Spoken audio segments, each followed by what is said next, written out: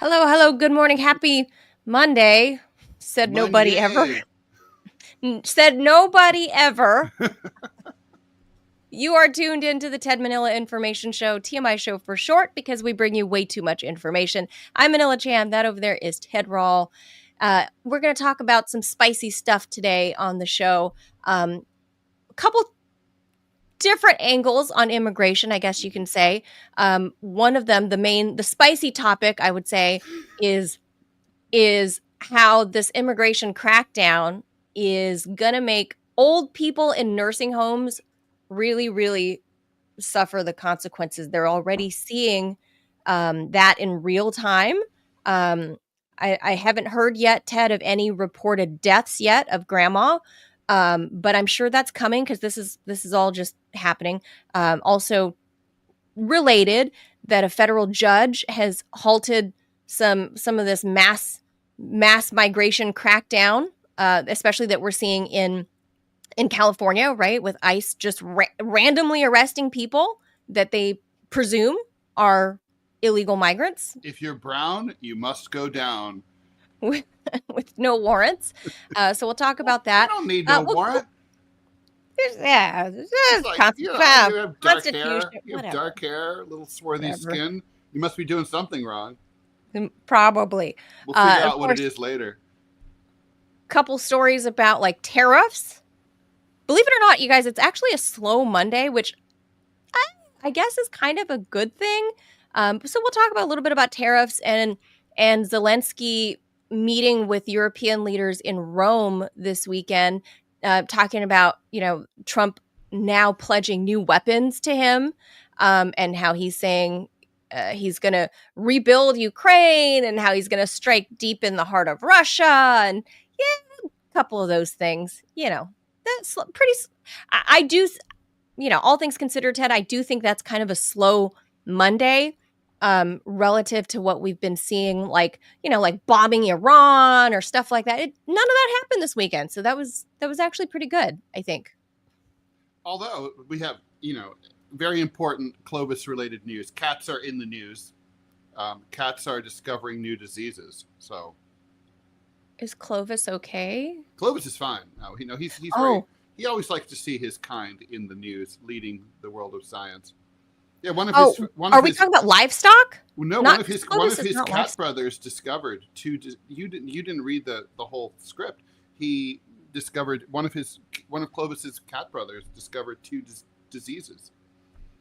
Oh, I see you added this here. I did not see that. But there is animal news, which is kind of gross.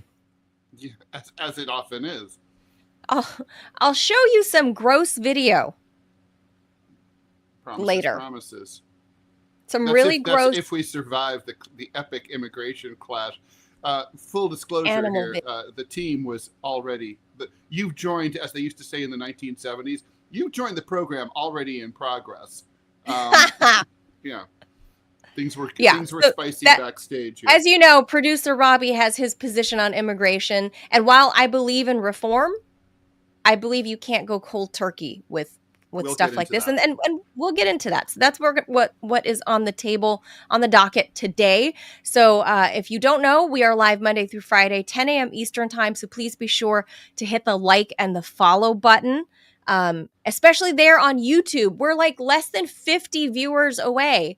If you guys want to help us continue this program, tantalizingly close. Like 50, like 48 actually, Ted. Last I checked. Yeah. So come on, YouTube, hit that subscribe button. Step it up. Doesn't cost you anything.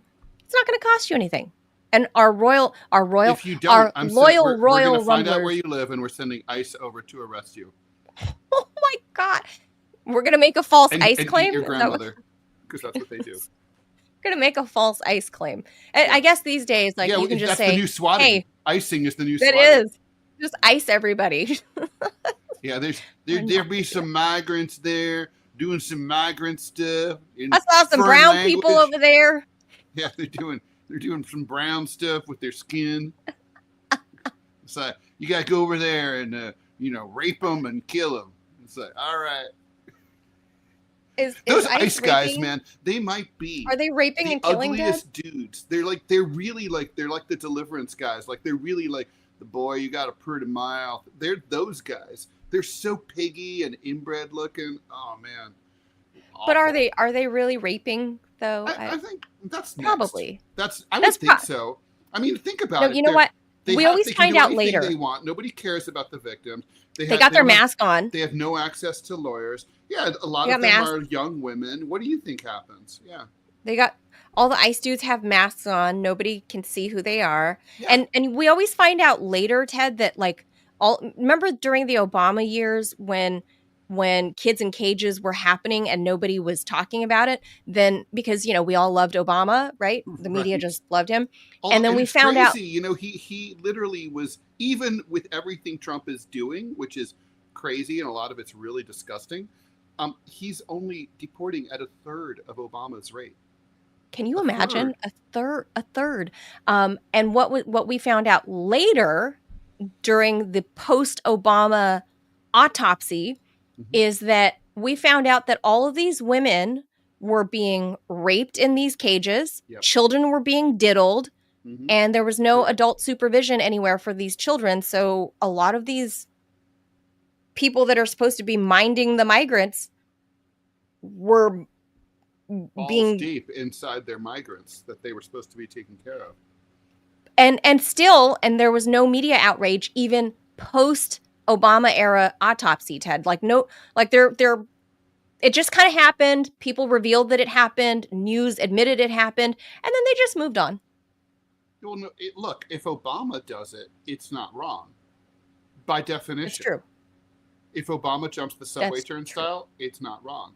If Obama doesn't pay But can you do it if Obama does it? No, I'm white. Oh. If I do it, it's wrong. Oh, this is specifically for Barack Obama, you're saying? He has a get-out-of-jail-free card, no matter what.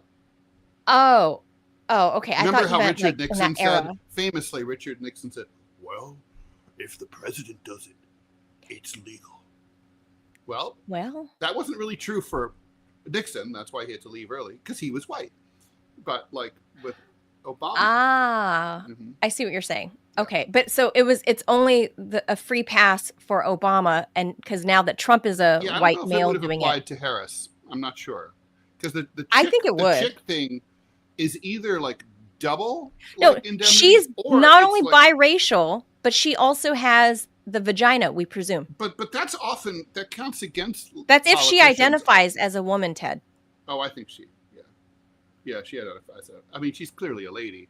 But I mean, I haven't asked her if she identifies that way. I mean, and until whenever she's not speaking, she's an attractive lady. That's true. She's what I would presume is a pretty lady. We call and then she talks like a handsome woman, as they used to say. She's a handsome woman. She's a good-looking lady. She looks she's not as hot when she's standing in a courtroom in Northern California demanding that a completely innocent black man be sent to death row. Not as cute then. For 3 weed counts right. back then. right, exactly. But yeah, she's a pretty lady even still. Like people will say, she's old, or but she's not that being old. A woman can obviously pretty. It can count against you in politics. I mean, a lot Barbara Jordan, I think her free pass. Barbara Jordan always said she was a black woman. She just said it was a lot harder for her to be a woman politician than to be a black politician. I believed her. Maybe. I think she would get more of a. I think she would get more of a pass because not only is she black and Asian, but she's also a woman. She's a biological woman. So I think she gets more on the, what do they call it in the DEI world? We had one of those, so we don't really know as president. I know. But what do we call that? It's not she's intersectional. Intersectional. Oh, yeah. That's the word. Intersectional. She's intersectional because she's not only 2 minority races, but she's also a female. Robbie's right. We have to get into it. Let's get into it. All right. So with that, all she was missing, Ted, was saying that she was like bi or something, or like. Well, that could well be. That's all she was missing. Then she would win like By the way, intersectional it would not surprise me Olympics. if she were bi at all. Would it surprise you? It would not surprise me. Probably not. Probably not. All right. With that, I'm just saying. No, it could be. It could be. Maybe. I don't know. But that she is not President Harris. Bottom line. Not yet. The Democrats want to run her next time. She's going to be governor, Ted. She's going to be governor of California. She won't be governor. She's going to be governor. And then we're going to get President Newsom. God. Just watch. Just watch. I'm calling it right now. It's going to be President Newsom. It's entirely possible. You could easily be right. Entirely. Governor Harris. At least 50% possible. Governor Harris and President Newsom. Yeah, that'll be great. Just saying. All right, let's get to the news. All right.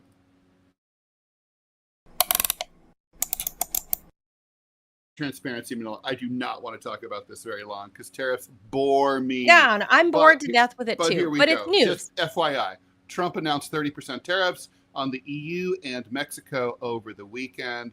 Unless there's one of those usual taco rollback agreements, this all goes into effect August 1st, unless, of course, it doesn't, which it probably won't, unless it does. The EU is the biggest single trading partner with the U.S. We had $1 trillion worth of trade with them last year. Trade with Mexico was very high, almost the same, $840 billion. Collectively, we're talking about a third of all U.S. imports go to those 2 trading partners. This is negotiations are ongoing.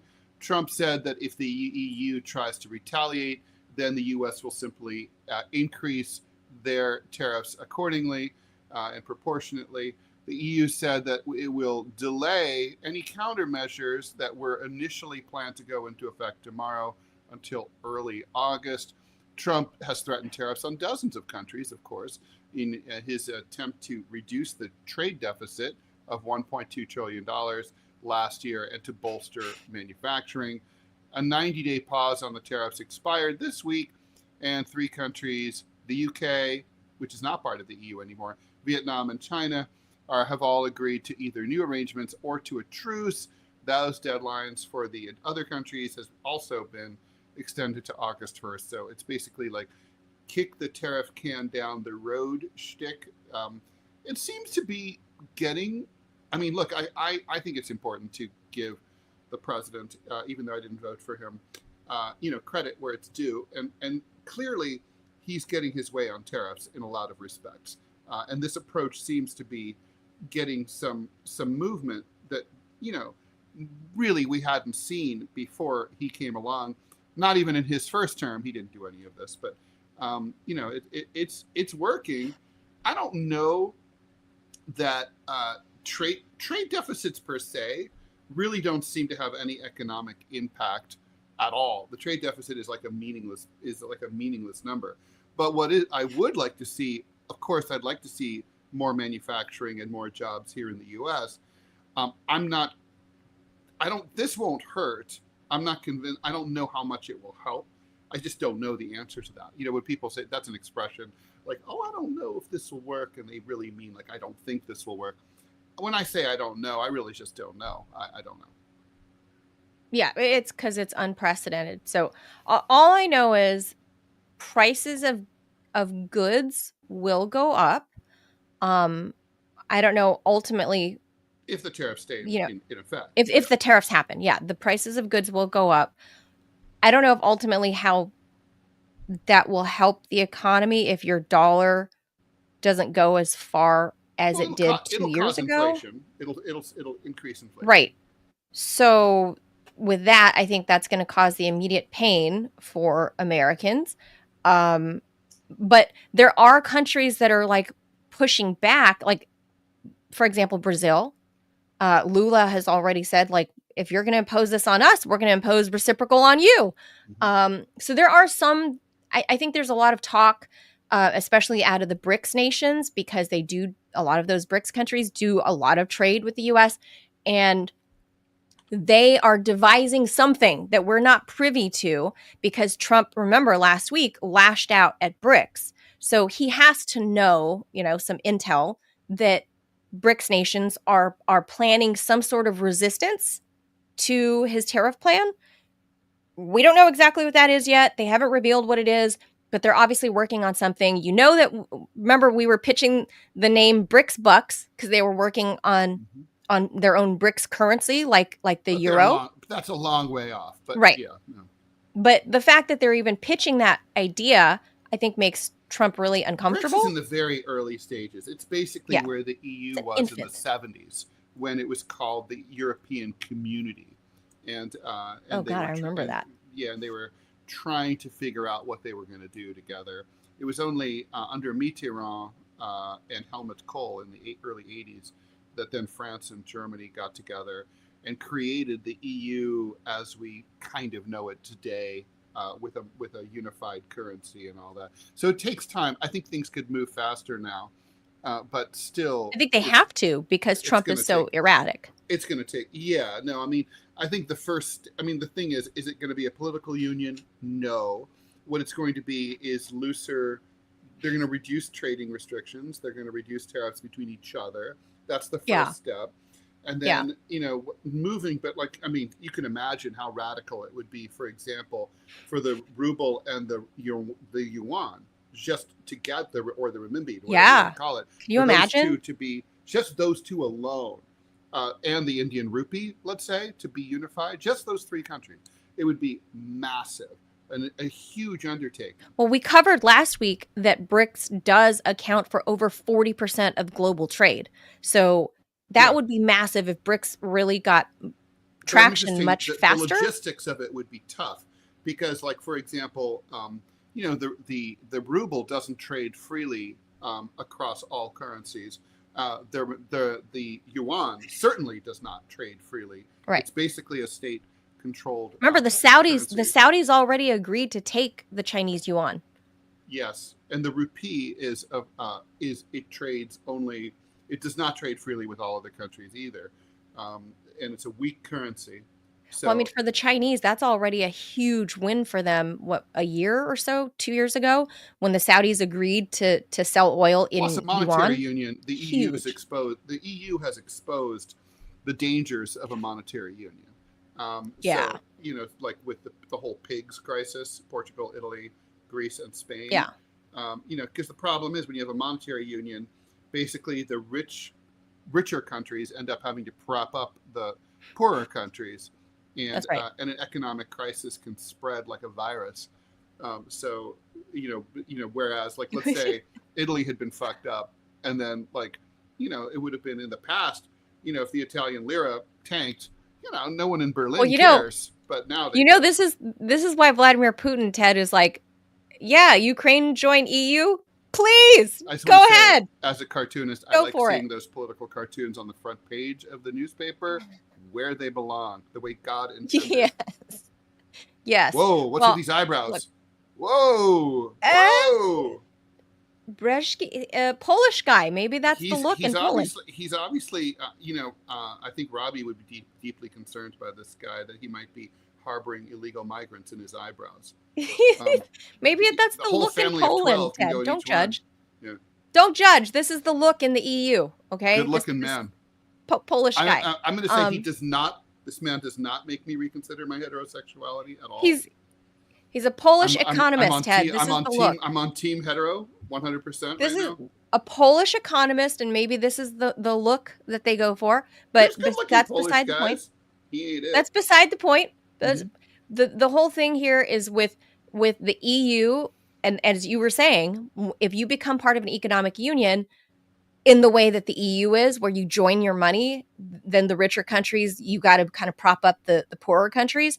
So I really think that's why Vladimir Putin's like, yes, Ukraine, go join. Yes, you go be with the EU. Totally fine. No NATO, but that's please go join. I mean, Ukraine join the EU.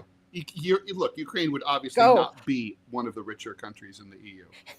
I also think that but I do think Putin also is thinking about the future. He's always taken a long view to everything. That's his mentality. He's a student of history. Course. For him, like if it happened we heard him explain 800 years of Russian history to Tucker Carlson. If it happened in 1406, it's like it happened yesterday. And so, maybe he's a vampire. I don't know. But the point is that he would like an EU trading partner on his borders next door. It would be very convenient for really both the EU and for Russia. Smart. So, yeah. Because obviously this war won't go on forever. Wars never do. That's why he's like, yes, go join EU. Yes. Fly, little bird. Please. Fly, Ukrainian bird. All right, we should keep moving here. All right. Speaking of which. Yes. Ukrainian leader Vladimir Zelensky is threatening to attack deep inside of Russia. This just days after the U.S. decided to send yet more weapons, and we'll get into, and also the Patriot missile batteries via, basically this is complicated. The U.S. supplies the Patriot missile batteries to Ukraine, but in an echo of Trump and his claim that the Mexicans would pay for his wall, is claiming now that the EU is going to pay for the Patriot missile batteries. This time I think I might almost believe him. But anyway, Zelensky made his remarks after meeting with Defense Minister Rustem Umerov, Commander-in-Chief of the Armed Forces, Alexander Skirsky, and Chief of the General Staff, Andrei Ganatov, on Sunday. Among the recent attacks deep into Russia, Ukraine targeted those military airfields housing strategic bombers up in Siberia. You remember that a month ago. Drones and missiles from Ukraine also attacked apartment buildings and civilian infrastructure as well. According to Russia, the Ukrainians also were responsible for derailing a passenger train on March 31st, killing 7 people. So Germany is going to provide Ukraine with a batch of long-range missiles, which Germany will pay for. Major General Christian Freuding, who oversees this weapons transfer for the Ukis, has said. Trump also said that the Pentagon will resume missile deliveries and is reportedly approving the first new aid package since during his second term. Russia says that it views the use of foreign supplied missiles as the same as direct participation by Western countries, and says that Ukrainian troops don't know how to operate these sophisticated weapon systems on their own. And from what we've seen, Russia is accurate about that. Doesn't seem like so. This is, look. Here's the thing. I don't really know what happened here with Trump. And I don't know what happened here with Putin. It looked like things were moving in the right direction a few months ago, and now Trump has doubled down on Team Zelensky again. And he's pissed off at Putin. He said that, Putin's nice and polite, but he keeps bombing Ukraine. I'm curious what the Russian perspective is here. Well, for the Russians, they have all the leverage. Why there's no incentive for them to stop unless they're going to get everything that they are demanding.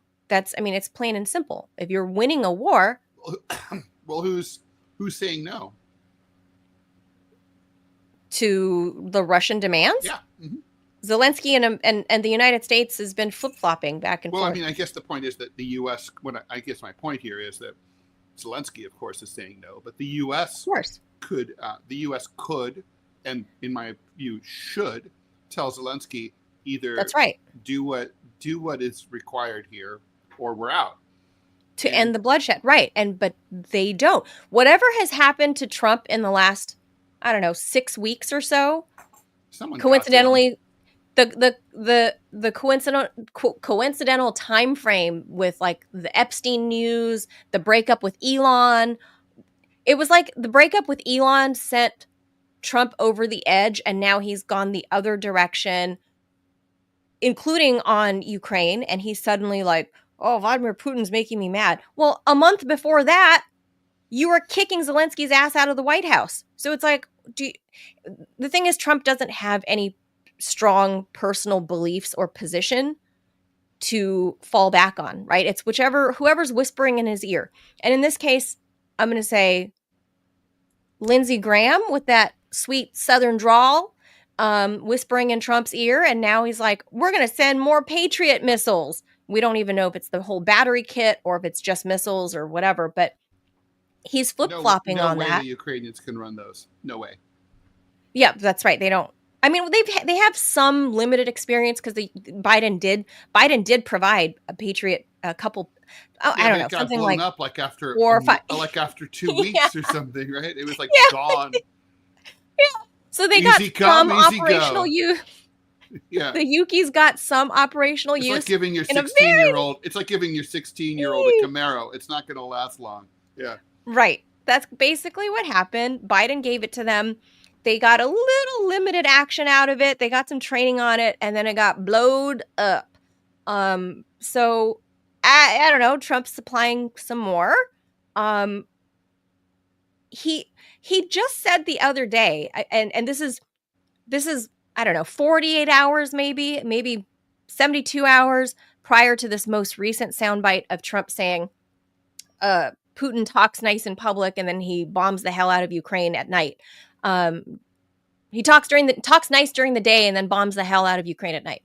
Mm-hmm. And I'm paraphrasing, but that's basically what he said. That's right. But like 72 hours before that comment, he was saying he had a great phone call with Vladimir Putin and things are moving in the right direction. So what changed in those 72 hours? I would say it's just somebody like Lindsey Graham talking in his ear. And I think Ted, this is what we're seeing on screen, the Ukraine Recovery Conference, which is what I mentioned at the top of the show, that happened in Rome from the 10th and 11th of July.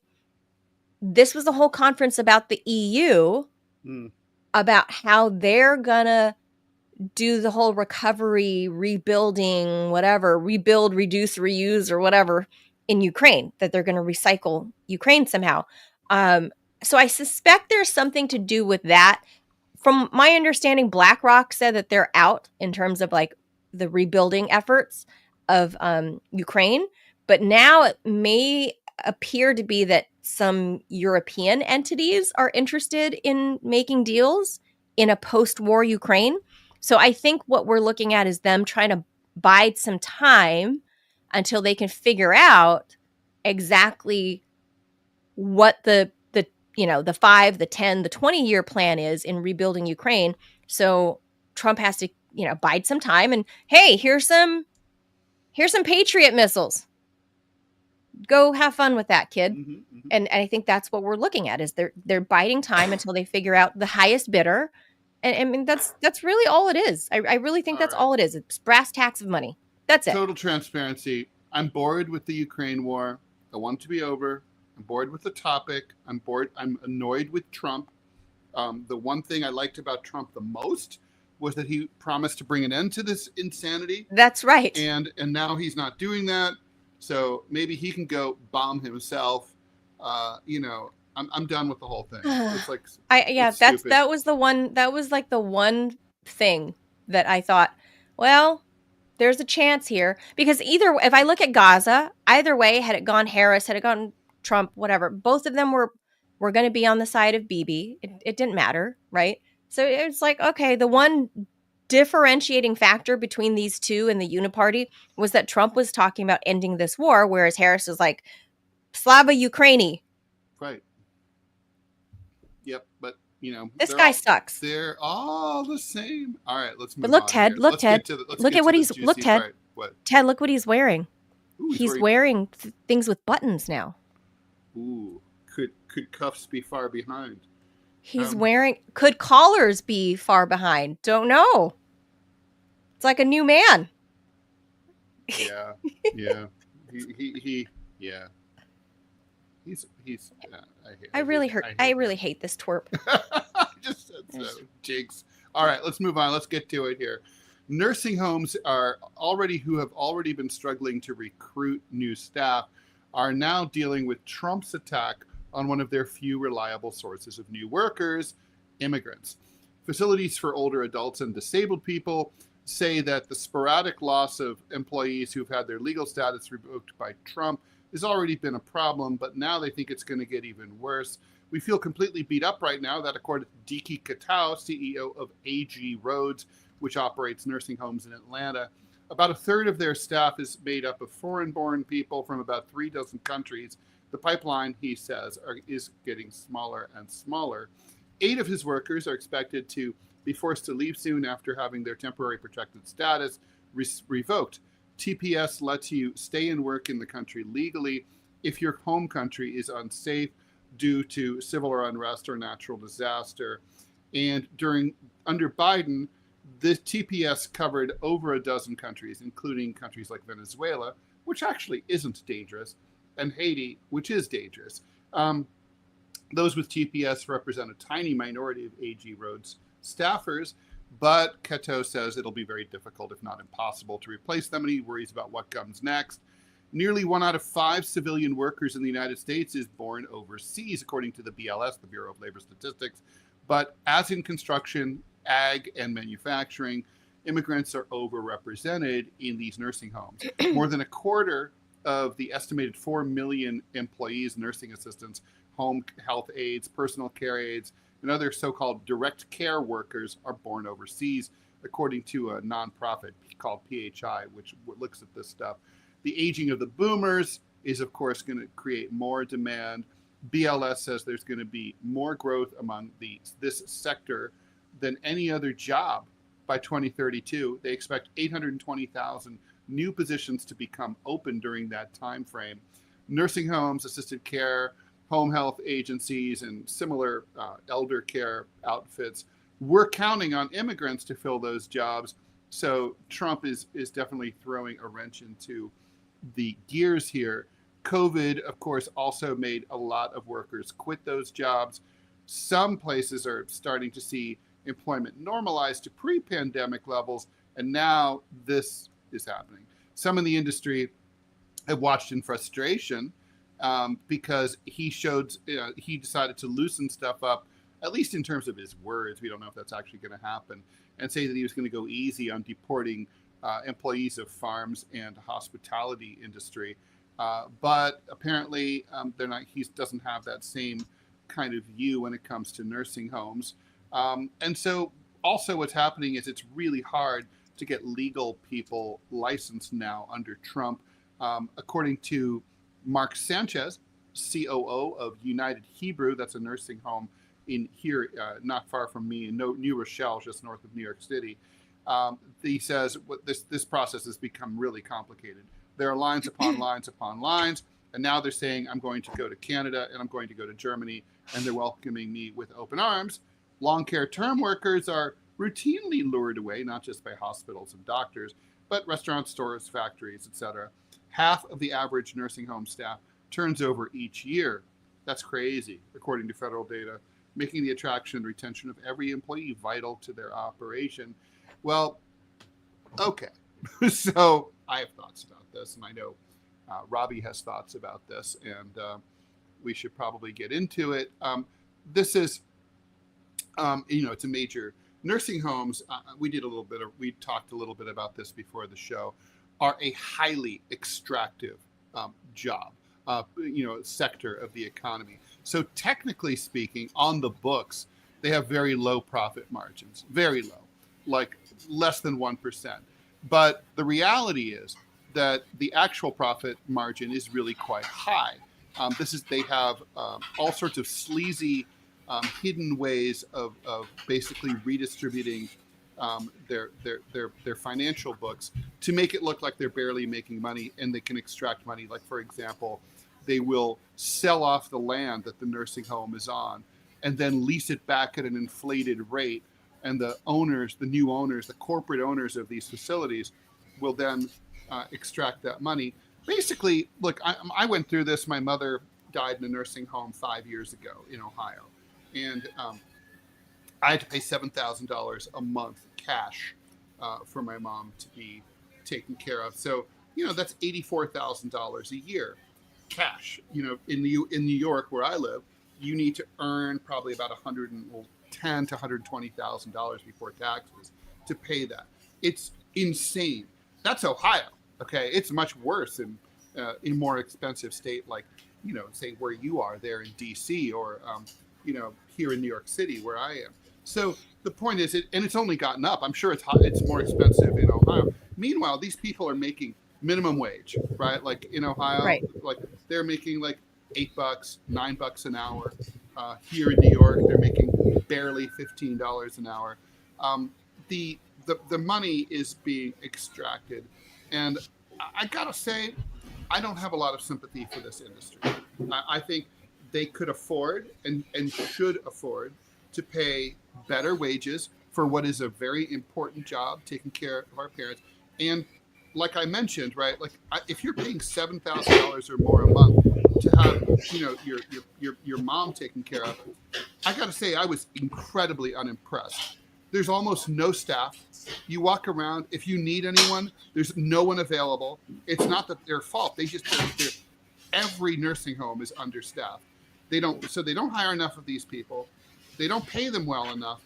And then they're, meanwhile, raking in billions of dollars in profits. Fuck them, pay a living wage, and then, you won't have to hire foreigners and you won't have this problem.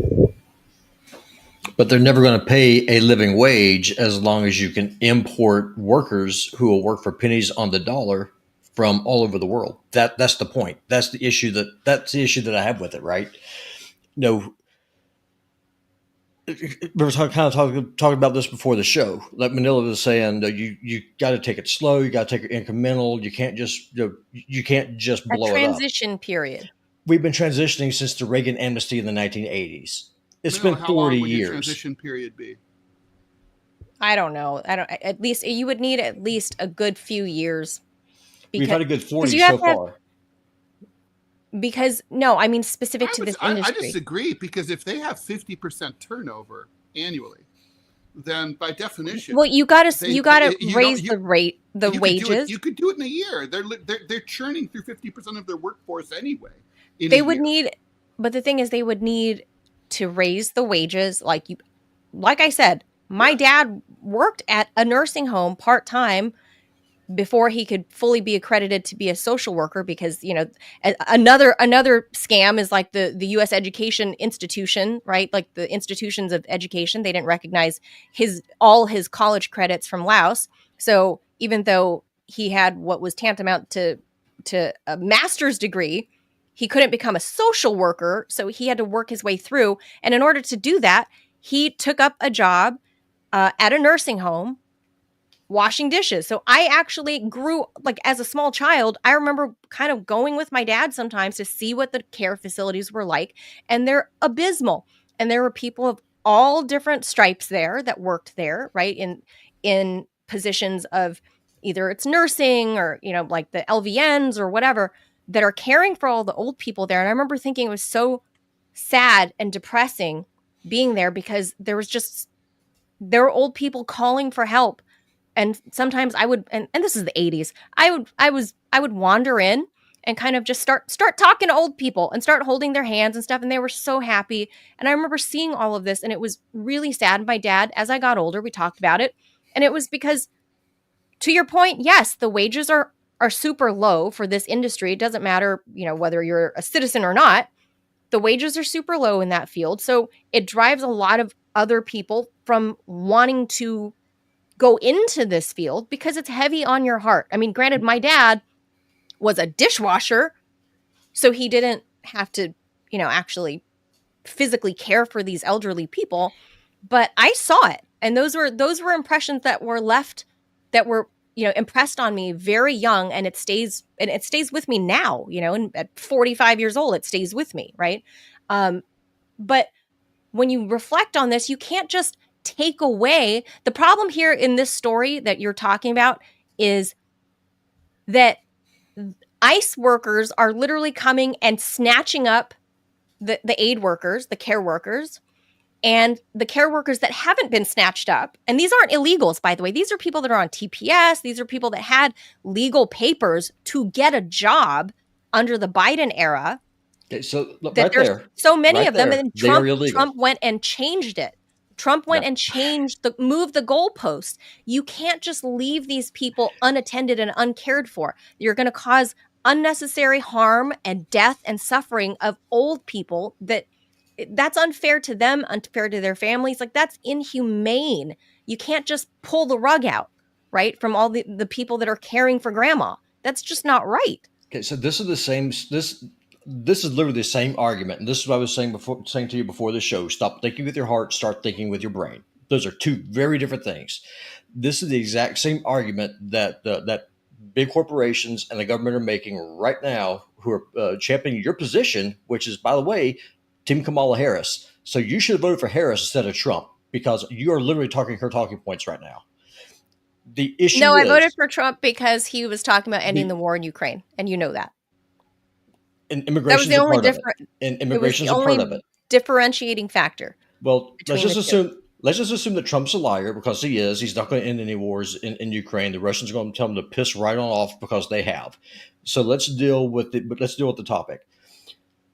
This is the same fallacy of saying that the American people are going to starve because Americans are too lazy to go work in agriculture jobs. It's not that Americans are too lazy to work in agriculture. It's not that Americans are too lazy to work in healthcare. It's that they will not work for free. That is the difference. So let's just assume that you want to get yourself a job as a medical assistant or as a nurse's aide, and so you go through and you're making $40,000 a year. Let's be generous and say that's what you're making. Are you going to be able to afford a house in the area that you live in? The answer is no. And the reason why is because wages are depressed. Wages are depressed because of immigration. You're never going to get reform with incremental baby steps. If you care about workers' wages, you have to address the issue that we are exporting our jobs overseas. And what I mean by that, and I'm using the word export deliberately, because we are importing a brand new serf class to keep wages artificially low. If you want to address the housing crisis, you have to increase wages. If you want to address the cost of living, you have to address wages. You cannot do that if you have got 60 million just illegal immigrants. And then you factor in the number of legal immigrants that have come into the country since 1965, which is about 180 million, according to Grok. That depresses wages. Immigration is a scam designed to screw the American worker. This is a fact. If you want grandma to be taken care of, hire Americans. and pay Americans enough money to buy a house, get married, have kids. If you want to fix I the don't social dispute collapse, any of that. sure you I do. don't dispute You're any of it. disputing No, it right no, now. You're no, disputing no, it right I'm now. not. I'm saying The hell you're not. the feeling. Yes, of course. Like, should these people be paid more? Absolutely. The people that are caring for grandma and grandpa, absolutely, they should be paid more. I don't care what their status is, whether it's an American citizen or an immigrant. The people that are doing these sorts of labor jobs, caring for our elderly, of course they should be paid more. I believe it. But what I'm saying is that you cannot do what Trump is doing right now Sure you with can. ICE and just taking them away from these nursing homes and leaving these old people to fester on their beds with their bed sores. Like, that's not okay. Like, that is inhumane and not okay. Your argument is very weak. But Manila, your argument is incredibly weak. Manila, let's look at the reality here. I don't think it's weak to say I don't want old people let's look at the reality. to suffer needlessly. This is an industry that as I mentioned before, has tremendous churn currently. 50% annual turnover. Yeah. So they're used to constantly hiring. So let's just say, look, I'm not, as you know, I've criticized and will continue to criticize the ICE goons cruising around in their police trucks and, picking up people and like presumably raping them or whatever they're doing. That's gross. But the point is, But you'd be okay with the ICE goons picking off the LVNs that are working. Let me make my point. My point, though, is that if we're talking specifically about this story and the effect on the nursing home industry, I don't see how this multi-billion-dollar for-profit annual industry, I don't see okay, so if Imelda gets picked up and hauled off to ICE and to be like raped and killed or whatever they do to her, I don't see how the nursing home Nursing Corp LLC, how come they're going to have any trouble finding an American to fill that job? When they post that job for $40 an hour, I guarantee you there's going to be a born in the USA, person with completely legal status who with a duly filled out W-2 who's going to say $40 an hour. I'm in. Count me in. I'm hired. I'll go and take care of grandma and grandpa. I guarantee you that. So the disruption is created because the industry, we're not even talking about an industry that basically has a tight profit margin and is therefore not viable unless it has cheap labor. You're talking about an industry that's deciding to pay itself billions of dollars in profits to itself and its shareholders and its CEOs instead of paying a decent salary to its workers. So they're making a decision. They're creating an artificial shortage. They're creating the shortage of workers. I agree with that too. Case, right? But I agree with that too. But you guys are not dealing with what the actual crux of the problem is, which is right now. I literally am. If you physically take away all of these care workers that are already understaffed at the facilities anyway. Like literally. No, your point is a greater. It's speaking. They're hiring every year. They're replacing half of their workers. Okay, so let's just say they have to replace 60% of their workers instead. But today, big whoop, how hard is that?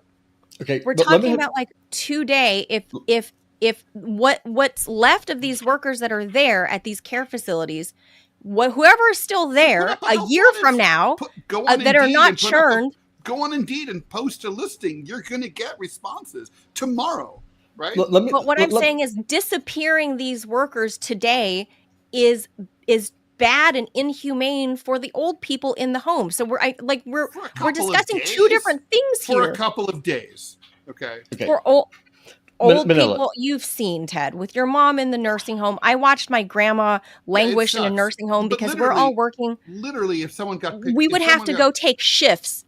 If someone gets deported today, they can be replaced literally tomorrow morning. Literally. By who? By someone who you pay properly. So let me answer this question for you. By an American, by someone who you pay properly. We have 7 million people long-term unemployed in this country. People who have either discouraged workers and have given up looking for work, or who have been actively looking for work for more than 27 weeks. That's according to the Bureau of Labor Statistics. 7 million people. I guarantee you, some of them would be like, you know what, $40 an hour. I'll go take care. I might be a structural engineer. I'm happy to go and take care of grandma and grandpa.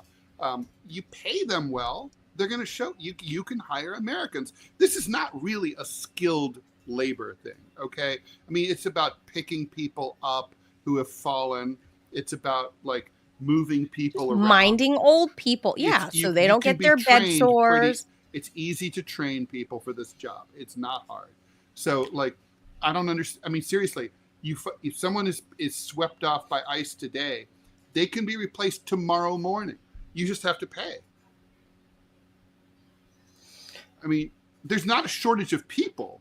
There's a shortage of poorly paid people. That's the deal, right? And you're right.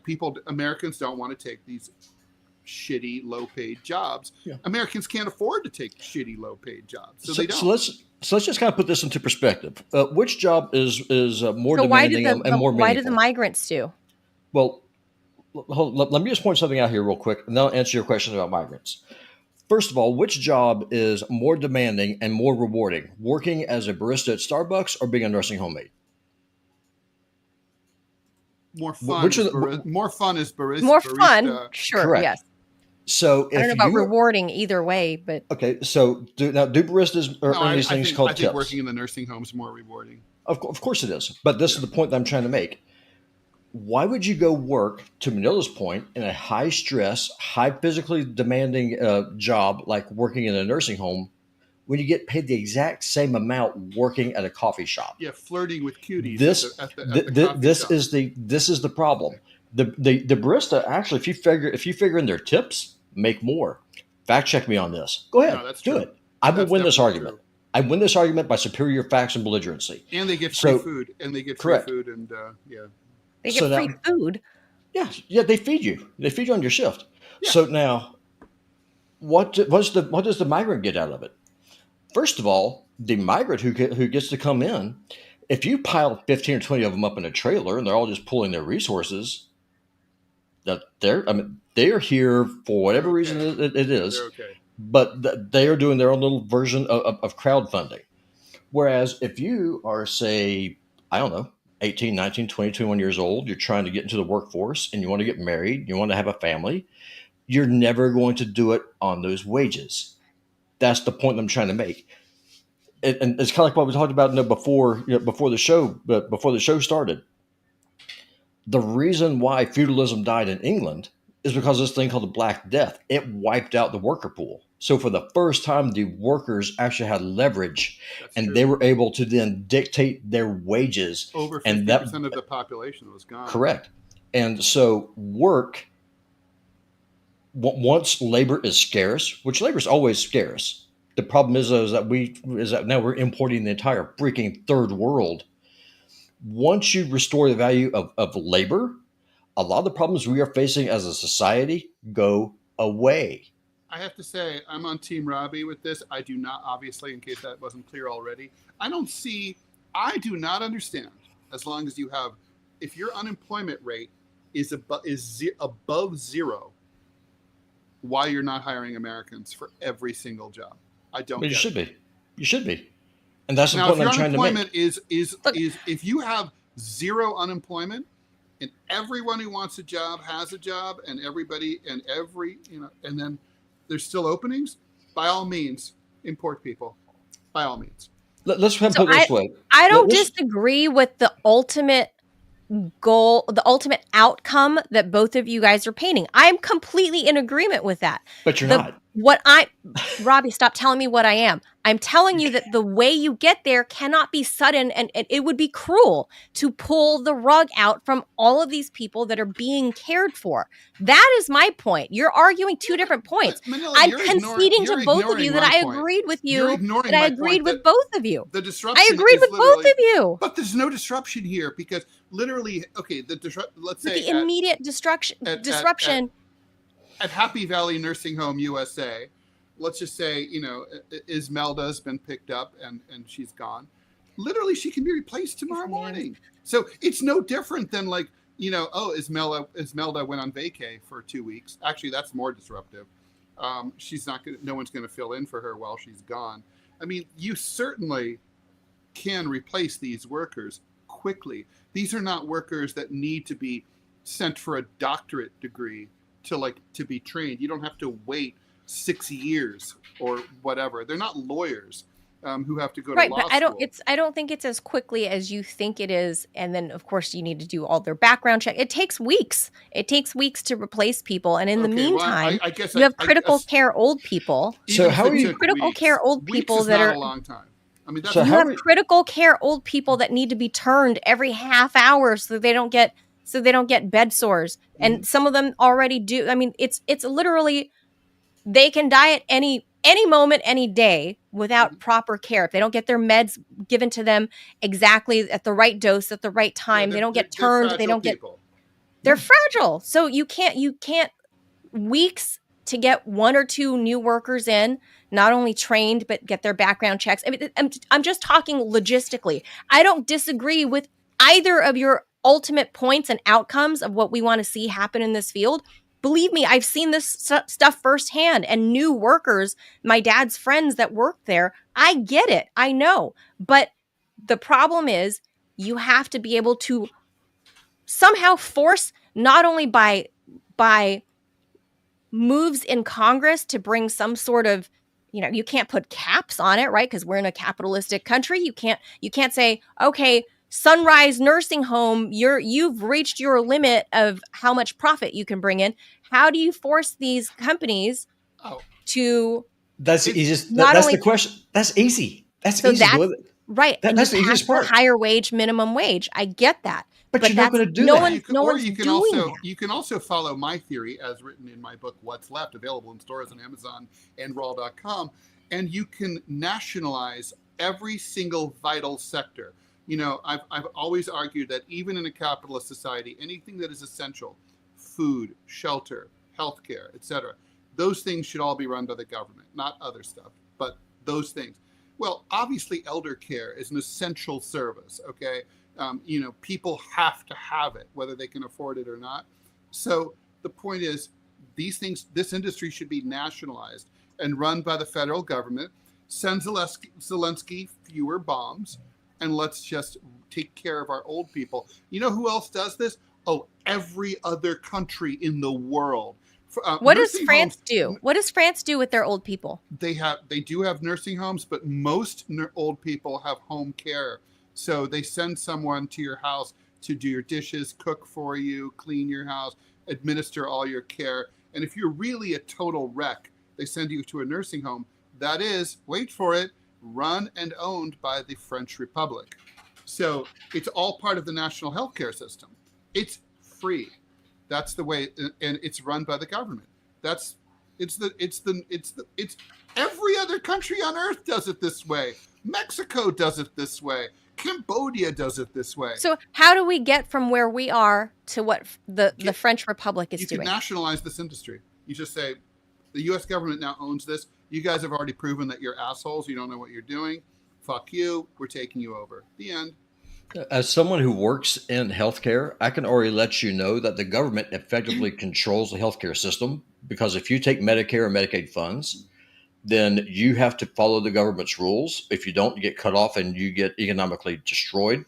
So that's already kind of there. So right now what it is that the profits are privatized and the losses are socialized. That's how our system works. Now, to address this issue about grandma being left in a broom closet because there's no one else around, the way that you fix this is first and foremost paying workers what they are worth. And as long as you're able to import millions of people from Mexico and Laos and Colombia and every other place that you can think of, then those wages are never going to go up. I mean, no, you're never going to get the reform that you're advocating for, because you just keep on kicking that can down the road. This has been the promise for 40 fucking years since President Reagan was in the White House. I think we've had enough of a try and go it slow approach. It is time now to radically disrupt the system, and you don't do that with milk toast.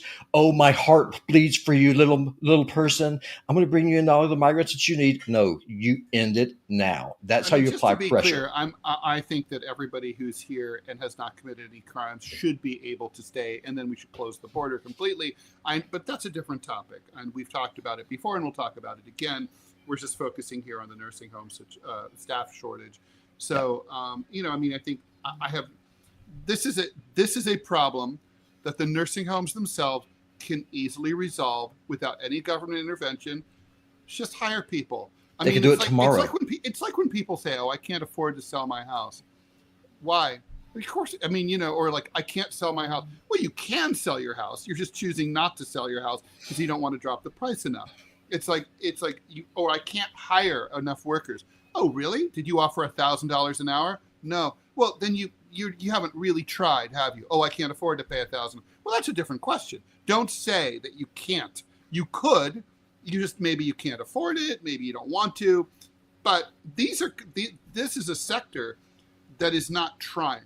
They're offering $16 an hour, and they're like, well, for $16 an hour in like New York City, where you can't live on that, you're just like, you're not going to get a lot of people. Yeah, I would say you're not very serious, right? You can offer a cartoonist $1 to draw a cartoon. You're probably not going to get a lot of cartoonists who are willing to take that. You can't live on $16 an hour here in Kalispell, Montana. Forget New York. Right. It's not going to happen. But they're literally, that's how much they pay in New York. Oh, I know. It's insane. Yeah. And that's why. And until you make labor scarce, you're never going to get the wages that you need. I would have some sympathy if this was the CEO of these companies was making like, $50,000 a year, and like there's no profits being raked in by shareholders. They're barely hanging on. I might be like, okay, this is a problem. But that's not the case here at all. Not at all. Well, I agree with the ultimate outcome, the desired outcome. The problem is getting there. And I think it's a sad place to be at, where old people who are the most vulnerable, old people and small children are the most vulnerable people in our population. And if there aren't enough people to care for them, it causes a major disruption. Like for my family and I, when my grandma couldn't do in-home care anymore, and we couldn't, she needed 24-hour care when she got moved into a nursing home, there wasn't enough care workers there, that we still had to then take shifts. We had to ourselves, our family, take shifts into taking care of her in lieu of not having enough aid workers there. Listen, my mom died in 2020, February 7th, 2020. Okay, she was in that nursing home for 14 months before she died. Who was president at that time? Donald Trump, right? But so the point though is that like the old regime was in place. This was Trump's first term. He hadn't done the mass deportations then. It's like, so why was there a shortage in my mom's nursing home? Because the for-profit company, the corporation, this mega corporation that ran the place didn't want to hire anyone. Nothing's changed. They don't want to hire anyone. Trump could like have an aneurysm tomorrow and decide like, I'm on team migrant. Everyone can stay. I love you. Stay. You'd still have the staffing shortage in these companies because they don't even want to pay. They don't even want to hire enough migrants at low wages. They keep these places understaffed and underpaid as much as possible because they're a bunch of greedy, extractive sons of bitches. I agree with that. It's the only thing we're discussing here. The only bone of contention between anyone here is how to get there. All right, we got to go. We got to move on to our we got still a couple more topics. Right, so I don't know. I would encourage, we need to do more of this, Ted. We need to encourage the viewers to give us their comments in YouTube or on Rumble. Like if they're watching this as videos, Manila, what do you guys think? In StreamYard, you can put up the YouTube and the Rumble comments. You just click on the comment and it'll come up on the screen, which is cool. Yeah, but it seems to all be on StreamYard. It all seems to be coming from YouTube, even though I have it set on all. That's the advantage of YouTube. I think destinations. I think you can do. I've been able to do it from Rumble on DMZ. I haven't seen the Rumble. I can't post up the Rumble ones, for example. Well, that's because Tony J. But that's because I'm grabbing the YouTube feed and then rebroadcasting it. So that's why. I'm not in control of the Rumble feed. That's okay. All right. So I can pop up. I can pop up stuff just directly over there on Rumble, but it won't come over to anything else. Gotcha. All right. Never mind. Oh, all right, well, okay. That's all right. that's okay. No wonder I can only see the YouTube. Let's move on, man. We got to talk. That's why, like for example, that's why we got to talk about gross flies. Well, that's why we got to call for interaction. Oh. All right. Well. Gotcha. For comments to be posted up, we got to do YouTube. All right. Anyway, the U.S. has closed its southern border again with Mexico to livestock, saying that a flesh-eating parasite, my favorite kind of parasite, has moved further north in Mexico than previously thought. The president of Mexico said that the U.S. is making shit up and exaggerating the supposed threat to our beef industry, which is called the New World screwworm fly. So the female fly lays an egg in the wound of a warm-blooded animal. Hey, I'm a warm-blooded animal. Hatching larvae that are unusual among flies for feeding on live flesh and fluids instead of dead material. So this is like the botfly in South America. It does the same thing. It lays an egg on inside your skin. The larvae feed on your skin and then hatch and create a giant boil before they fly away. So that's fun. We should have given a warning. I told you it was a gross story. The Rumble room is going, gross. It's a gross story, and I'm gonna show gross video. I'm just warning. Cool. So the U.S. says that if the fly gets to Texas, its flesh-eating maggots could really cause a lot of economic disruption, which did happen back in the 1960s and 70s. So back then, the U.S. got rid of them by breeding and releasing sterile male flies to seduce the wild females and say, "Hey, baby, let's do it." And then the fly was contained in Panama for years until it was discovered in southern Mexico late last year.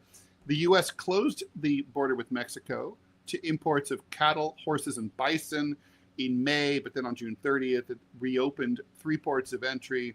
But now there's this infestation that's been reported about 185 miles northeast of Mexico City, and that's about 160 miles further north than we previously thought. And that's about 370 miles from Texas.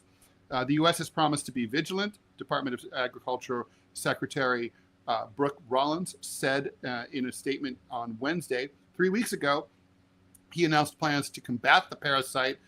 He's going to spend $30 million on new sites for breeding and dispersing those sterile male flies to seduce the ladies.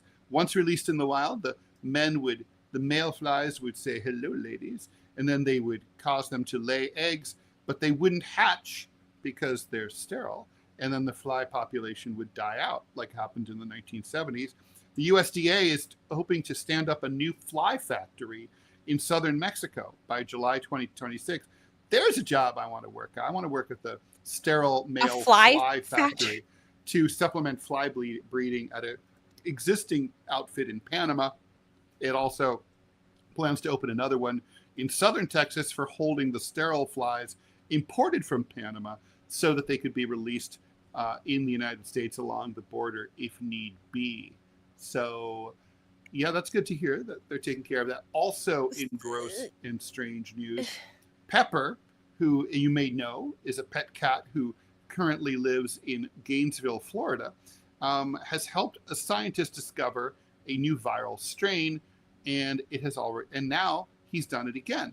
So in a new study, scientists have again discovered an exotic virus infecting a dead rodent that was caught by not any cat, but by Pepper, the cat. This time, Pepper's furry hunting trophy helped researchers pinpoint an unidentified strain of orthorhyovirus. It's a type of virus that infects people and other mammals. The finding and the virus's complete genome are in the journal Microbiology Letters, which I know you all subscribe to. John Ladinsky, Pepper's owner, who also is the lead author of the study, is a microbiologist at University of Florida, and he looks for viruses much like Pepper looks for rodents. It was Ladinsky who brought Pepper's fresh catch into the lab for testing. His analysis showed that the dead rodent, which is called an Everglades short-tailed shrew, carried a previously unidentified strain of orthorovirus. These viruses infect people and mammals, but scientists still don't know much about how they work in people. There have been a few rare cases of encephalitis, meningitis, and gastroenteritis linked to this virus in kids, however.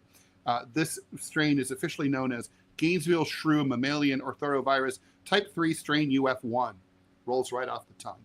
Orthoroviruses mutate quickly, much like the flu virus. 2 different kinds can infect a single host cell. That means the 2 viral strains can then blend their genomes within the cell, essentially creating a new virus. The bottom line is we need to pay attention to orthoroviruses and know how to rapidly detect them, Ladinsky said. Now, Pepper's last contribution to science, you may recall, Manila, was in May 2021 when he brought home a common cotton mouse that carried a type of Geelong virus never before seen in the U.S. Unlike orthoroviruses, Geelongovirus infects reptiles, fish, and birds. It also can cause serious illness in humans. That study was published last year. The lesson here is that every scientist should be working with cats in order to further science. Okay, I'm going to warn you guys right now, turn away, because the next video is going to show live maggots. Be a man, watch it. Okay, so if you can't stomach this, I'm warning you now, live maggots are about to be on the screen. It's lunchtime. Going back to this whole beef livestock problem that is being imported into American meat. So here's some maggots that related to this whole little. This is maggot therapy. Mm-hmm. That's okay. So the screw worms, what's happening is, okay, I brought up this whole thing before about the COOL Act. It's like the nation. It's I forget what the letters COOL stand for, but it's basically about a few years ago the U.S. somehow sunsetted or overturned this bill that was in place for many years about the nation of origin of where we get our meat products, right? So if you get, let's say, ground beef, it would label, all this ground beef, there's cattle from Brazil, cattle from Mexico, cattle from Argentina, all in this tube of beef, right? It used to have to label that. And then people were saying that you're hurting the international trade, blah, blah, blah, because Americans were looking for USDA American beef. So this, I would say, is an argument as to why you need the COOL Act to repeal the repeal on the COOL Act. Repeal the repeal, bring it back, because Americans deserve to know where we're getting our food products, where we're getting our meats, and given that this screwworm thing with the flies are all getting jumbled up in a mixture of meats that we're getting, I think we should know where the cattle is coming from. I think we deserve to know as Americans if the steak we're eating is coming from Mexico or Argentina or wherever. I think we deserve to know, especially given that there's this new outbreak of this disgusting fly that lays its eggs, it becomes maggots and feeds on live cattle. It's flesh-eating live cattle. It's not eating dead meat. It's eating on live warm-blooded creatures. Gross. How long before that mutates into eating live humans that are like strung out on drugs in San Francisco? No. Just no, Ted. No. Well, I mean, It sounds like they're taking care of it. And personally, I think the answer here is to get Pepper the cat involved. No, because then she'll probably get eaten by. Pepper is a boy's name. That is a male. Oh, it's a boy. Don't don't trans Pepper. I didn't know. I didn't know how Pepper identified. Is a medium-sized black cat who you will know. If you're a shrew, and you get on his bad side, it's gonna be ugly. You're sure Pepper's a boy? Anyway, yeah. I don't want Pepper to get eaten alive by disgusting screwworms that like the fly. All it takes is the fly to land on you and lay its eggs. If you have like it's a like cut, the bot fly. I told you. Oh. That exists already. There are flies that do this. Yeah. So whose side are you on here? On Trump's side on this, or are you on on Claudia Scheinbaum's side. Because she's saying Americans are overreacting. That's what she's saying. Well, I think I'm on Team Scheinbaum because it sounds like the first of all the appropriate measures are being taken care of. It's also not really very near the United States. So, I mean, it's like everything that's being done that can be done is being done. And we have the precedent of knowing that this happened 50 years ago and that it was taken care of and the problem was solved.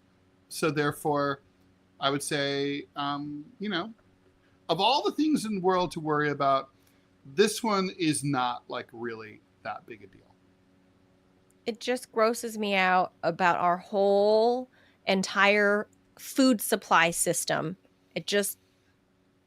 Right, we talked about the Lone Star. Remember last week? Everything's about immigration. We talked about the Lone Star tick. Mm-hmm. The Lone Star tick that makes you allergic to meat. Mm-hmm. So maybe that's the great cycle of life. The tick bites you, makes you allergic to the meat, so you don't eat the meat that's infected with the fly. Blah. That's all I got. Just all the bugs. There's helper bugs, less helper bugs. Yeah. All right. And then finally, not last, but really not least, and arguably the most serious news story today, a federal judge in L.A.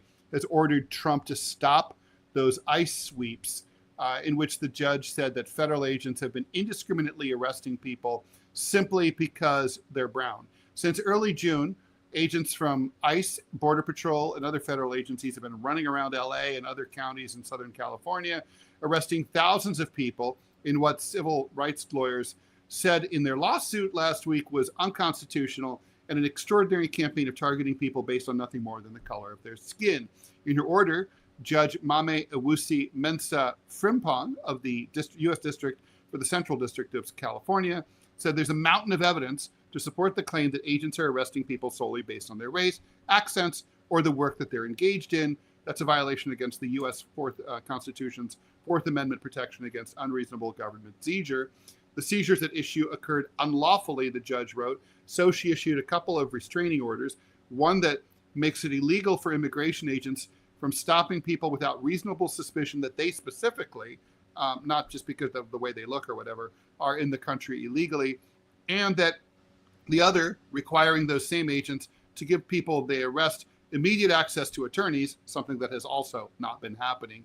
The orders, which apply to LA and 6 counties around LA, are temporary while the case goes forward, but they're seriously already restricting Trump's ability to keep carrying out those raids. Things have been very quiet throughout the Southland there in Southern California over the weekend. And it looks like it might be, at least for the time being, a respite for people there. It's just not going to be happening as much. One thing also about this case is the judge in the hearing asked the government to please provide one single document that showed that they were using anything other than simple ethnic profiling to arrest people. The government was unable to produce a single document to that effect. They had no defense whatsoever. Like an official arrest warrant. Or anything, even a memo that says like, hey, don't just look at people to see if they look Latino. Like, I think it'd be enough if like they got a report like, hey, we think Mario is here illegally. That probably might be like cause, but they're not even doing that. They're like just basically we're showing up in LA. Yeah, they're just going to the back of the restaurant and they just assume anyone who's working there is illegal and they just arrest everybody. They're just showing up at the parks and anyone playing soccer. That's it. If you play soccer, that's not an American sport. You must be an illegal. So, you should be playing baseball. So yeah, the government's they haven't even really been trying to follow the law. They're not even pretending to try. And so Ted, do you think this latest order is gonna put the kibosh on it for real? For the time being, I think the government has no. They're going to have to switch up their tactics. They're going to have to at least pretend to be jumping through the hoops. They haven't been even pretending. They will pretend. Yeah. It's like how the cops pretend to follow the rules when they pull you over or whatever. Like, sir, you didn't use your blinker when you turned left. That's why I pulled you over. Right. And when Hey, what's that bag on your seat? Like, right. They pretend. It's like, yeah. It smells like that wacky tobacco. You know, like, I'm going to have to look inside your anus to see if it's coming from there.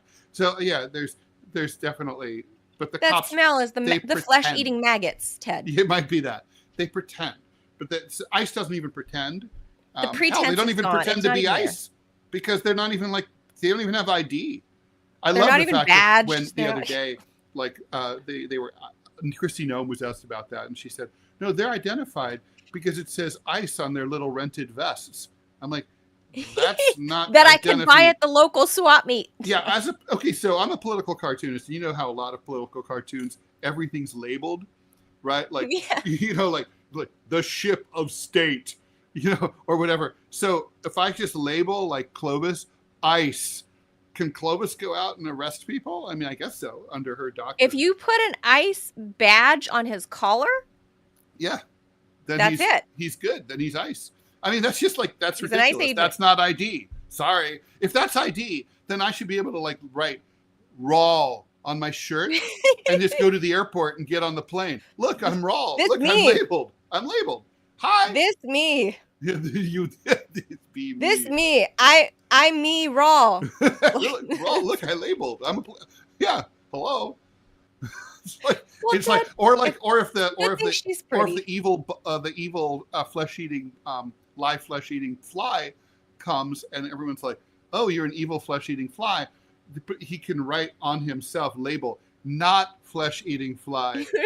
And then everyone's like, oh, no, you're good. Oh, it's come official. On in. Yeah, come on in. Like I said, Ted, she says some things sometimes, Ted, that, by the way, doesn't she look like she could be like an OnlyFans like kind of person? Yes. She has a corny look.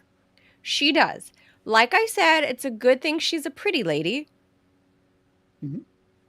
Because sometimes you get a pass when you have the big hair and all the makeup and the big boobs. Mm-hmm. You get a pass for saying stuff that doesn't make sense.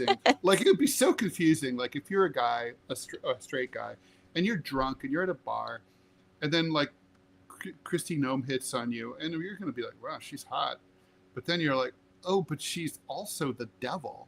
So, like, what do you do? And dumb. It's not like girls don't have this dilemma with Stephen Miller. Like, it's not like he sidles up next to you looking like Gollum, and you're like, he's evil, but man, he's cute. You don't have that dilemma. No. At all. Yeah, no. He wears his evil like front and center. Yeah. Like, you can just look at him and just know. There's but like Christy Nome, you're like, him talking next to a viral video of him. It's a video of him talking next to a film of Goebbels talking, and the similarity is uncanny. Oh no, I haven't seen that. Well, I don't know who we compare. I don't think we've had a Homeland officer or Homeland cabinet member that looked like this. No. So remember the first one? Do you remember his name? The Bush one? Negroponte? No. Tom Ridge. Former governor of Pennsylvania. Ridge. We've come a long way. Governor. Tom Ridge is like a statesman. He's like, compared to Christy Nome, Tom Ridge is he's like George Washington. He's a colossus. Wow. Right? Wow. I mean, I forgot. But yeah, oh my God, I forgot. That, by the way, now we're here. Whole department, the Republicans really want to get rid of a useless cabinet department. That's the one I'd start with. Totally useless. Get rid of Homeland Security. Useless. Dumb. Now we're here.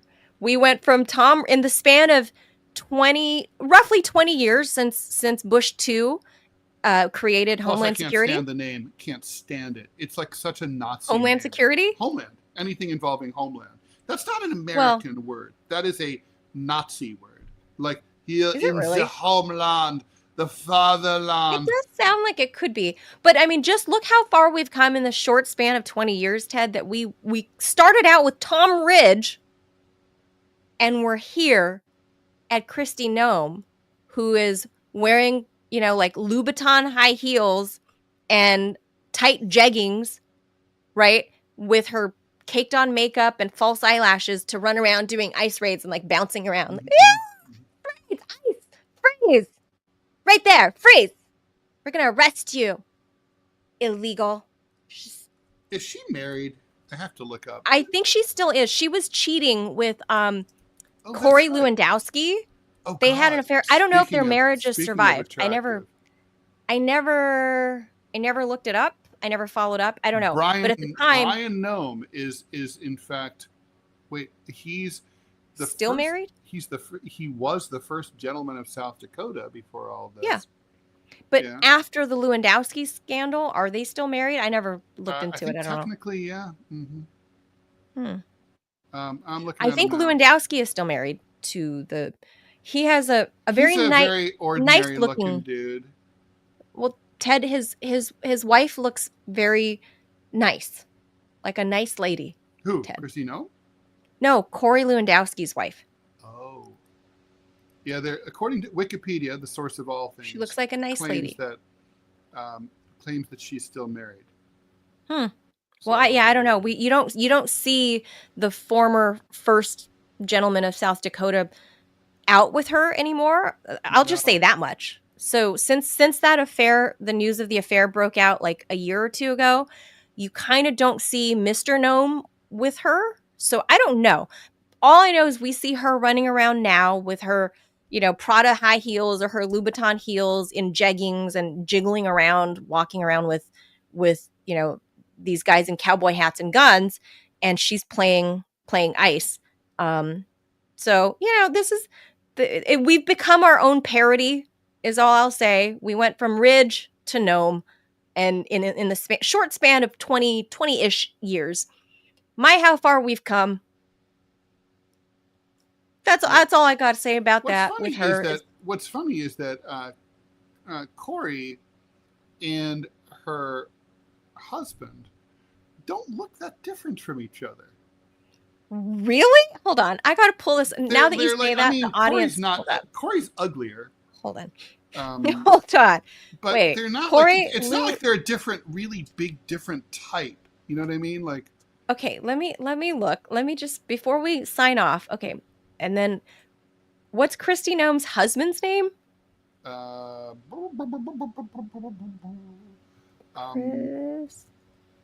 Nome husband. I don't even know his name. Let's see. I just want to compare. Bryon. Bryon, yeah. Like misspelled Lord Byron, Oh, okay. So here's Corey Lewandowski. I'd say Brian is better looking than, for sure. Oh, I see what you're saying. Okay, so here's Corey Lewandowski. Yeah. Okay, so that's on screen. We know he was part of Trump 45, right? Corey Lewandowski. Mm-hmm. He had, by the way, he had multiple affairs with Trump staffers, like the hot girl, Hope Hicks. Hicks. Lewandowski's wife is very unfortunate looking. Well, like I said, she looks like a nice lady. She might be suffering from a facial birth defect. She looks like a nice lady, Ted. She looks very inbred, like sort of like Ted. She looks a little homely. My mom was also my sister. And, so okay. Yeah. His wife is probably a very nice lady. She's kind of homely. That's fine. And so here's Kristi Nome's husband. Heterosexuality. Yeah. Well, okay, so here's Kristi Nome's husband. Yep. Mm-hmm. They have a similar. I see what you mean. There's like you know what I mean, right? It's not vibe, a look. Yeah. There's like a look here. Okay, so maybe she's got a type. Yeah, she has a type. Like, she has a type. I can see it. They don't look identical, obviously, but there is a look. There he looks a certain way. So we'll right there. So we'll zoom on that. There's Mr. Nome, and here be Corey Lewandowski. And both photos, by the way, from the New York Post. There's Corey. Not a good-looking man. Get out of there, Amgen. So there's Corey. Yeah. And then there's Mr. Nome. I think it says a lot that that the algorithm feeds you ivermectin ads. I think it's... Is that what it was telling me? I never paid Yeah, attention to ads. I It didn't even knows see you what so it was. well. There it is. There's her husband. Mm. Okay. So I guess you're right. She has a type. There's yeah, I see it. But I feel like she's swinging below her weight class. She could... Yeah, but I mean, you know, look, honestly, like... But she is kind of evil, so... Right, yeah. I mean, like, first of all, you know, when she's on, like, Tinder, and, you know, her ad says, must hate dogs, you know. So, like, that's half the country right there. Must like shooting live animals. Yeah. Oh, well, okay. So there's that. But anyway, I think she's going to continue to do these ICE raids because you could see it in her eyes. She's got the hunger. She is into deportation. She is way into deportation. She can't. Ladies got to deport. So, you know, like that's just look. I don't think she looks like a nice lady. I see the crazy in her eyes. But anyway, we'll leave you with that. There's no doubt she's sexy as all get up, but she's very pretty. Very pretty lady. But she's also, there's pretty and there's sexy, which are not related. Oh. They're not even cousins. You can be ugly and sexy, and you can yes. And you can also be gorgeous and not sexy. That one I don't know. Ted has tried to explain this straight man logic to me about females. I guess I don't see it because I'm a cis straight woman. I just see pretty or guys not. Who are like that? Like, who are like pretty or not. There's guys. Look. Okay, Corey Lewandowski. No, for a woman. When I'm looking at other women, I'm aware, like but they're I'm pretty. Saying, they're not. But you could look at, let's say you look at Corey Lewandowski. I'd say I look at that guy and be like, all right, he's got a face like a knee, but I could bet he has some game. He looks like he has game. That guy, the way he carries himself, I bet he he knows how to lay pipe. But you know, I mean, you might not call him back for a second round. You may or you may not. But I get it. You know, whereas someone might be like George Clooney's got both. You know what I mean? Yeah. And then there's guys who are pretty, and who I don't know. Justin Bieber is a good-looking man, but he doesn't seem sexy to me. I see Justin Bieber as a child, so Okay, all right. Well, that's sort of my point, right? And there are girls like that where you're just sort of like, okay, you're good looking, but you're not sexy. I bet you're no fun in the bed. You know what I mean? Yeah, George Clooney that's a great example of being traditionally handsome. Has both. He's got both for sure as a straight woman. Yes. Elvis Presley had both. Elvis Costello only has one. He has game, but he's not a good-looking man. Probably. So Marilyn Monroe, was she both? Was she sexy and pretty? Depends on the photo. In some photos, she's both. In others, she's just pretty. I mean, because she's like an icon, a sex symbol icon, right? So, yeah. Both. According James to Dean, you know, she was famously smelly. She apparently wasn't very good at bathing, or her natural smell was like. I've never heard that. No, apparently she was a stinky girl, and people, yeah. Also, I've never heard that. Yeah. Oh my God. Okay. Clark Gable also was famously bad smelling, and I guess he smoked a lot, and he had foul breath. Like, it was really a problem for Rock Hudson who had to work with him. Now, Rock Hudson, of course, was gay as the day is long. Yes, but looking at him, he was very visually appealing. Yeah, beautiful. And how he presented in interviews, he seemed like a charismatic, fake straight man. Mm-hmm. Kirk Douglas, apparently very handsome, who we talked about the other day in Ace in the Hole. He was also apparently very abusive to the women in his life. Oh, I didn't know that. Mm-hmm. Or were like very classically handsome and had game would be Paul Newman. Oh yeah, no doubt. Oh wow. Now, wow. Now Robert Redford, I'd have to ask you.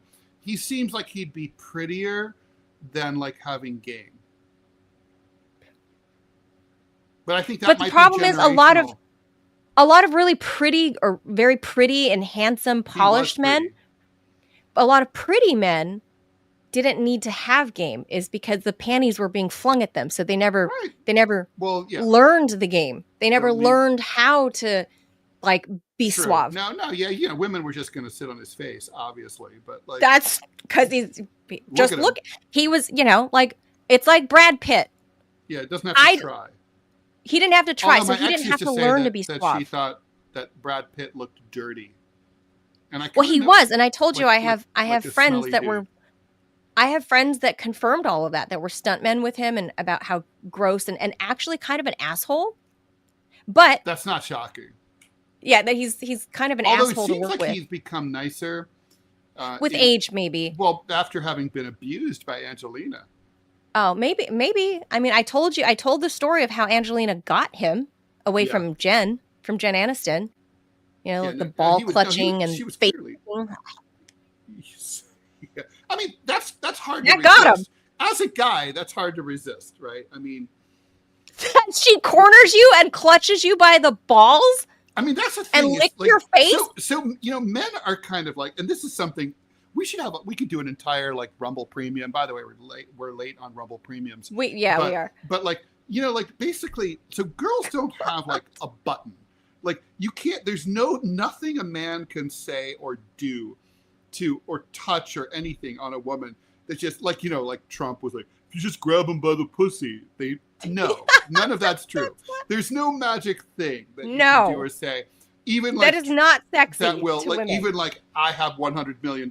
It'll get you close, but it's not magically going to like that might be sexy. Make a woman fall over and spread her legs. That's just.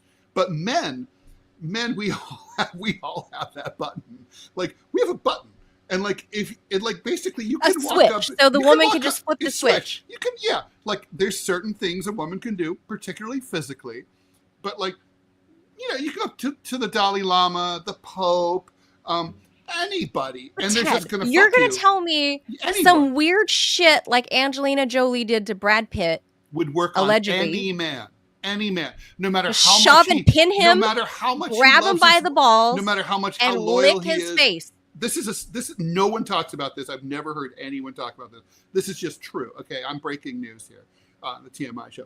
The fact is, no man, no matter how much he adores his wife or his girlfriend, is madly head over heels, a family man, has lots of kids, fucks his wife 5 times a day. Doesn't matter.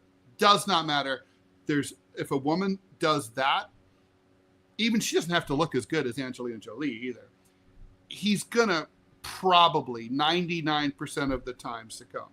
He can't help it. It's not even his fault. I mean, a jury of 12 men would exonerate him because they'd be like, yeah, there's nothing you can do. We just have this button. There's there's no part of your reptilian male brain that says, whoa, this chick is psycho. Of course. It's there, but there's nothing you can do. But that's the feature, not the bug. There's nothing you can do. It's like if you pat a cat right above the tail, like right at the back of their like little cat butts, they like rise up. They can't help themselves. It's like an erogenous zone for the cat. They can't help it. Well, it's not like the cat doesn't have to like you or anything. They're gonna do it, and it's just like that. Men have that. So young Angelina Jolie. Just look at the eyes here of Kristi Noem, and look at the eyes of young Angelina. Yeah. Same. Yeah. Same. They are the same. Yeah. Not now. Maybe very not intense, now because she's like very 50. Fixed. Yes. Yeah. Like the gaze. There's something with it's like this. It's very like bright bluish green eyes. There's something, and it's very just piercing you. And it's very appealing. There's something similar. Actually, it's appealing, and it shouldn't be, but it is. It's a sign of cray-cray when you're older.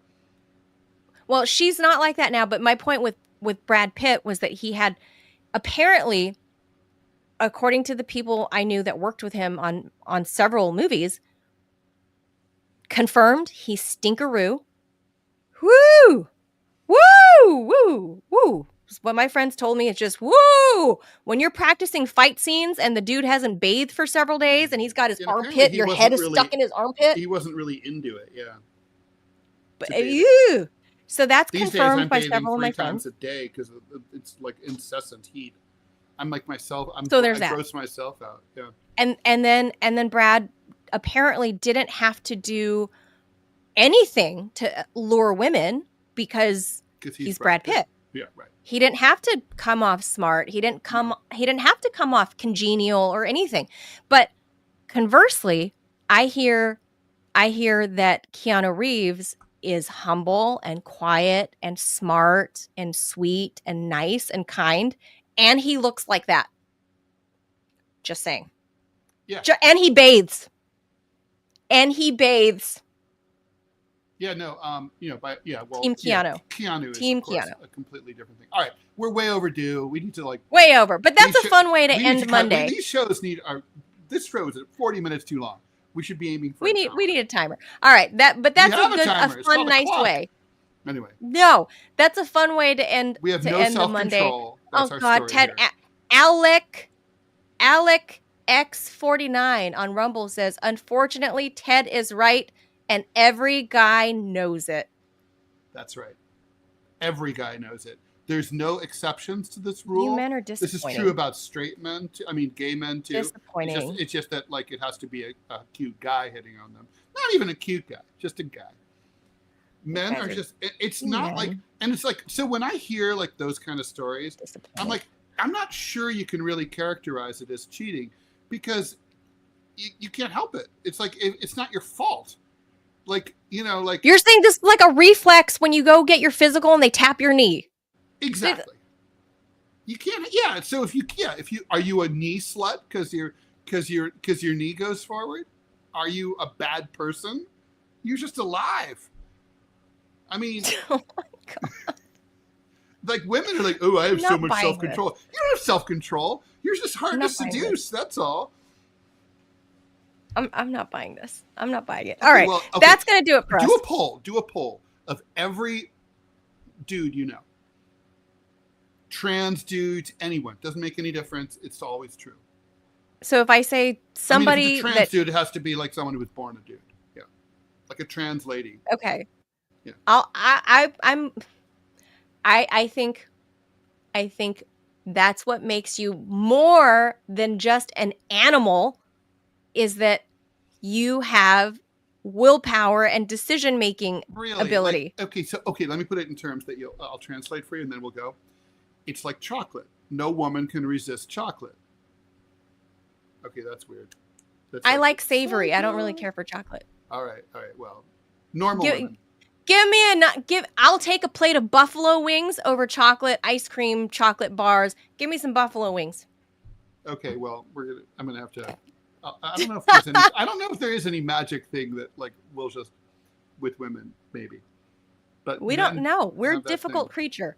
You guys, oh my God. So I always, whenever I have, when I have female friends, oh my God, you man, cheated on me. I'm always like, well, how did it happen? And if it's like a Brad Pitt, Angelina Jolie situation, I'm like, it's not his fault. You're an enabler. You are an enabler. I'm home wrecking enabler. Keeping it real. All right. Bye, everyone. Adios, amigos. Happy Monday. We'll see you back tomorrow, 10 a.m. Eastern time. Thanks for being here. Bye. Bye.